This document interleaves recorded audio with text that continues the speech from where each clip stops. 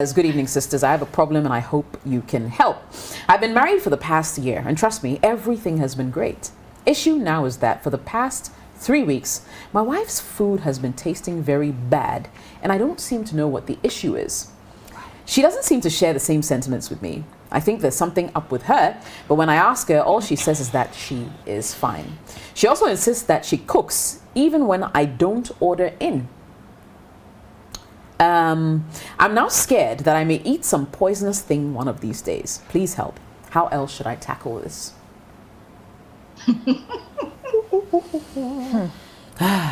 Izibana.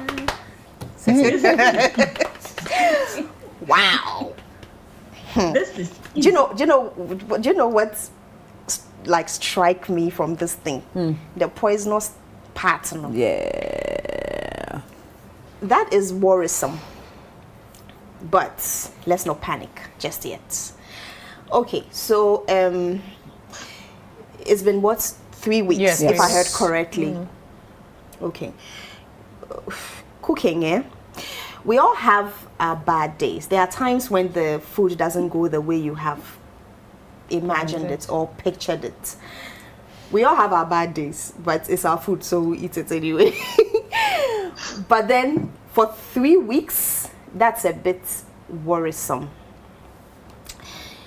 So, well, for the takeout part, I don't think you should ask. Okay, so even if he wants to order in, she says no, don't order in. Okay, not every woman will be happy about the fact that, you see, everybody processes things differently. If maybe I cook something, you tell me that is not nice, I'll feel really bad. I think I'll be moody for like 1 week. Okay, but everybody has their way of, processing it, and it's like she seems to not agree with you every time you complain. Okay, so I think she has trouble accepting the fact that the food didn't taste that good. But apart from that, I also think that there could be an issue she's dealing with, because for 3 weeks, that's a bit of a stretch. Okay, so probably there's something she's dealing with. Maybe you should pay more attention to her. And by doing so, I'm not saying that be monitoring or something of the sort, but I think maybe sometimes you can offer to help in the kitchen. For instance, you can offer to, if you are not a good cook, or maybe you can offer to cook. Yeah. Okay, maybe you go like, honey, can you please relax? I'll make dinner. Or maybe, and even takeout. Even though she says that I don't like the takeout, I'm sure there's some fried rice or jollof in some joint B that she really likes. You don't really need to ask her, just bring it home. And sometimes you may just offer to help her in the kitchen. If you're not really a good cook, maybe you can say that I'll chop the onions for you. Then maybe by so doing, you are sort of monitoring how she's going about it. Because if you are worried that you are going to take in something poisonous, that is quite worrisome. Okay, so maybe you can just be in the kitchen with her, help her out, just watch how she's doing her thing and see how the food turns out. Then maybe from there you will know what to do. But I think the poisonous part, I mean, I'm repeating it because it's a problem. Okay, that you think that you imbibe something that is poisonous. So like I said, one of the things you can do is to help her out in the kitchen, and then maybe take her out so that she can breathe some fresh air. Talk to her. Okay, maybe she might not be open at first. Maybe it's something she doesn't want to tell you. Okay, if you try and try, maybe you can get a friend to talk to her, because I think probably there's something up with her that she's not being open about. So that's just my take. Okay. Gail, what do you think? You see what I always say, that when it comes to cooking and the home chores and stuff, it shouldn't be left to the woman alone. Usually when you ask mostly African men, yes, I've said it, I mean, don't come and chew me for that, but that's what it is. Like most African men choose partners based on she can cook, she can clean. Well, me too, my ideal man is someone who can make a home and cook as well, because look at what's happening. The whole story is centered on the woman, the cooking, and it tastes bad. And what are your hands there for? You to go and cook. Do you understand? You can equally cook as well if you think you're scared. You said, because now it's like you're scared your life is in danger because of how he put it. So it's not even about the cooking. The fact that you can't even trust your own wife, her food, that you said she could poison you. I don't know what he means because there's something deeper. Yeah, it's deeper than just the food. Because that's why he said he's scared of something, but yet you said everything is going on well. But deep down somewhere, you have there's your conscience. There could be something that you're doing that you know that something. Yes, you know. Sometimes there's something. Because why would you think that way? Why would you think that way? Suddenly for 3 weeks. And you're like, you're scared. That's how he's sounding. It goes beyond that. So I don't know what it is. But if you think you're going to base everything on the food per se, then use your 2 hands. But it's your stomach. He said that he wanted to even offer to bring takeout. She says no. As she said, maybe she's the kind of woman that, wants to.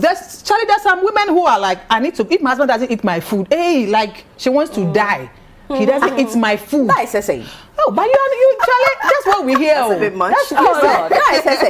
That's what we hear. Like, not die literally. I know what you mean. But it's like, he didn't eat my food. Charlie, some women kills them. At this point, he's giving you a heads up saying, babe, I want to order a takeout and bring it home. And you're saying no. She still wants to, so bad, you see. What's your problem? Because maybe the person's been cooking, you said she's been cooking for you until the last 3 weeks. Suddenly you want to order in. But there's nothing wrong with that. So then variety now the thing has changed. So then there's an issue that the guy says there's nothing going on. Maybe there's a communication problem going on. Because there's nothing wrong if somebody brings a takeout, like you said. What's wrong with that? Yeah. Like if once in a while you guys want to eat out, go out and eat out. But maybe that's how they live in their home. He prefers the woman, maybe always she has to be cooking. So if I've been cooking, and then suddenly you are telling me my food is tasting something, we should go and order out. So it's nothing wrong if you eat out, but it's the story that they brought. See the way the story is. You've been cooking for her, and then suddenly for 3 weeks you say the food tastes bad. But if it tastes bad, you shouldn't say it. No, I'm not saying.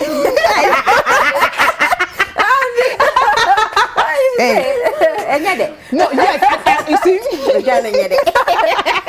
didn't say, he says it tastes bad, and I think she might poison me. Are you listening to the choice of words? The choice of word here. But whoever died from food that tastes bad, we will be when we're growing up. We used to eat, Charlie, slow food that is rotten meat. Rotten meat is bad. No, we used to eat that like kids. We eat all kinds of things. See, unripe mangoes and things. We've eaten all kinds of things. It never really killed anybody, but you're using the word poison. You use the word, and that's where I'm standing on. The guy is scared. The guy is scared the woman for 3 weeks, every day. So maybe I'm sure he thinks she's putting something in the food. But why? That's the question. So then there's something going on in there. Massa, check your life. So either you guys sort out your issue, and then in the meantime, go and learn how to cook as well. So that you can also cook for her. Claudia, how far? Simple. This whole problem is because we've made cooking a sentimental chore in marriage. A good woman is someone who likes to cook. Like men have actually decided that a survival skill like cooking, they're going to leave it in the hands of another adult. And so women have also picked up on this and sort of have attached their good womanhood and sometimes even self-esteem to cooking. So if her husband is not eating her food, it's a big deal. If you don't eat my food, that's your problem. But that's not the issue today. But I'm saying that he should stop eating the food immediately. Why do you feel compelled to eat her food? You have made it clear that the food is not good for me. And the poisonous bit, I think perhaps he feels because it's not being cooked properly, there might be some chemical imbalance somewhere and it might affect me. Let's test laboratory. Didn't sound like so that. So there's another option. I mean, you can eat. Tell a scientist. Even in Ghana, sometimes if you don't cook food properly, like granite soup, you might run for like a week. So perhaps he has all these suspicions and fears, but maybe it might be medical. So the wife should probably see a doctor, complain that she's lost her sense of taste. I'm being the devil's advocate here. Let's just say she's sick. Maybe she's lost her for 3 weeks. Sense of like, you know that. No, serious. 3 weeks. Yeah. Maybe she's because you could lose the sense of taste and smell. Oh, you get it. Yeah. I know. Yeah, that's what they say. Yeah. But for 3 weeks. Well, I mean, Well, maybe it's now coming back. You understand? But I'm just saying, it's totally. No, I'm happy you said that. Maybe. It's totally possible. You could lose your sense of taste and smell and start to cook. You know, your food won't taste well. Possible. True, Mom. Yeah. Even COVID, you lose your sense of taste. Exactly. That's right. I remember this weekend I was cooking and then I had to let someone else taste for me because at some point I wasn't really sure. Something was bitter. Yes. So I was like, please come and taste this for me because I can't really taste the thing. And it happens so when I got you're a cooking second opinion. Yeah. Exactly. Yeah. Absolutely. Good point.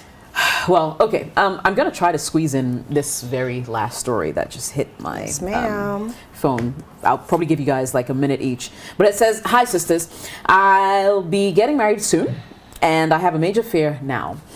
I'm a virgin, and my friends keep telling me that the first time is very painful. To be honest, I'm not ready for any excruciating pain. Should I postpone this wedding till I'm mentally there, mentally ready?" Sorry, I'm laughing. Ceci. Okay, so marriage. Marriage, sex. Well, if you are not ready, see, you know what? Stop listening to your friends. Okay, there's so much information out there. Can you take some time to read about these things because you are not the first timer and you won't be the last. So read about it because on the internet you'll find people's experiences and stuff like that. Everybody is different.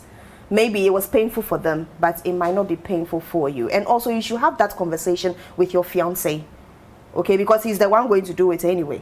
So you should have that conversation with him, talk about your fears and all that. Maybe he can do something to allay your fears and all that. But if it is taking a toll on the fact that maybe you want to postpone your marriage, then probably you're not ready for marriage. Yeah. Gil? So suddenly, because you're going to tie the knot, now it's everything is standing on the sex. Breaking your virginity. That's ridiculous for me. But anyway, I always say that before you get married, you need to know the important bits before. So for me, I prefer you find out what's going to go on between you and him before you tie the knot. That's me. Test drive. Yeah, because people always say wait before you get married. Then they'll go and get married and they'll realize that they're not even sexually compatible. Yes, in terms of their organs. That's what I mean. Wait, the fit. As in one is too Square small. peg in the round, Yes, the fit long, is not right. Maybe yes. My God. And me, I'll say they need to do that first. And there are so many But you can ways. expect without having to do it, so it's not the same. Today they're white. So it's like I feel they should try it first. And at the end of the day, the person can be gentle, there are lubricants and stuff like that. Because whether I like it or not, it will happen. Unless you don't want to ever have sex. So then you should do it if you feel it didn't go well for you. And then you forget about the marriage totally. Claudia? Yeah, it's all misinformation out there. She sounds educated. She should read. And sometimes some of these, I don't know, people are getting married and you can't even discuss this with your partner. This is a basic issue that you should even laugh and just about it, be fantasizing the positions what you'll be doing that night. And there you bring it up that you are actually scared. And then the two of you can figure something out. If it means going for counseling or seeing a sex therapist before, but once she's mentioned that it's affecting her mentally, I would want her to take her time until such a time that she feels mentally prepared. And if it means breaking the issue down with her partner and seeking outside help, counseling, but listening to her friends is never helpful. See an expert, talk to an expert, and you and your husband-to-be, start talking. This is basic. Yeah. That's why we say try things out sometimes, but people. Why are you looking to the side and side? Try it out, but you will go for it.